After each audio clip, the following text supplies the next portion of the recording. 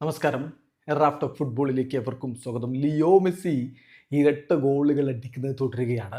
MLS തുടർച്ചയായ 4ാമത്തെ മത്സരത്തിലാണ് അദ്ദേഹത്തിൻ്റെ brace കണ്ടിരിക്കുന്നത്. അതോടുകൂടി 2-1 ന്യൂ ഇംഗ്ലണ്ടിനെ പരാജയപ്പെടുത്തിയിരിക്കുകയാണ് ഇന്റർ മയാമി.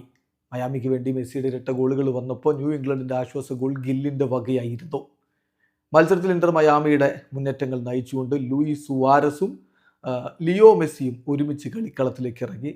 കളിയിൽ വിശ്രമം കൊടുത്തേക്കാം എന്ന തരത്തിലുള്ള വാർത്തകളൊക്കെ വന്നുകൊണ്ടിരുന്നെങ്കിലും കോച്ച് അവരെ കളിപ്പിക്കാൻ തന്നെ തീരുമാനിക്കുകയായിരുന്നു. അതിൻ്റെ ഫലം നമ്മൾ കൃത്യമായിട്ട് കാണുകയും ചെയ്തു. 27ാമത്തെ മിനിറ്റിൽ മികച്ച ഒരു ഫിനിഷിങ്ങിലൂടെ ലിയോ മെസ്സി ടീമിനെ മുന്നിലെത്തിക്കുന്നു.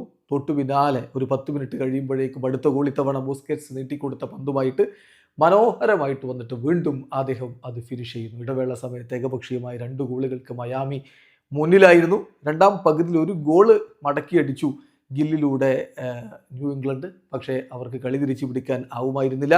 ക്ലബ് വേൾഡ് കപ്പിൽ നിന്ന് പുറത്തായെങ്കിലും തങ്ങളുടെ MLS കുതിപ്പ് മയാമി തുടരുന്ന കാഴ്ചയാണ് ഇപ്പോൾ കണ്ടുകൊണ്ടിരിക്കുന്നത്. മറ്റു ടീമുകളേക്കാൾ 3 കളികൾ കുറച്ച് കളിച്ചിട്ടുണ്ട് മയാമി എന്ന കാര്യം കൂടി ശ്രദ്ധിക്കുക. ഇപ്പോൾ 18 കളികളിൽ നിന്ന് 35 പോയിൻ്റാണ് മയാമിക്കുള്ളത്.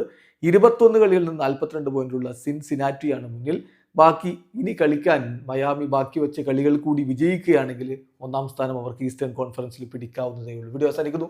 ഫുട്ബോൾ ലോകത്തെ കൂടുതൽ വിശേഷങ്ങളുമായി റാഫ് ടോക്സ് വീണ്ടും എത്താം.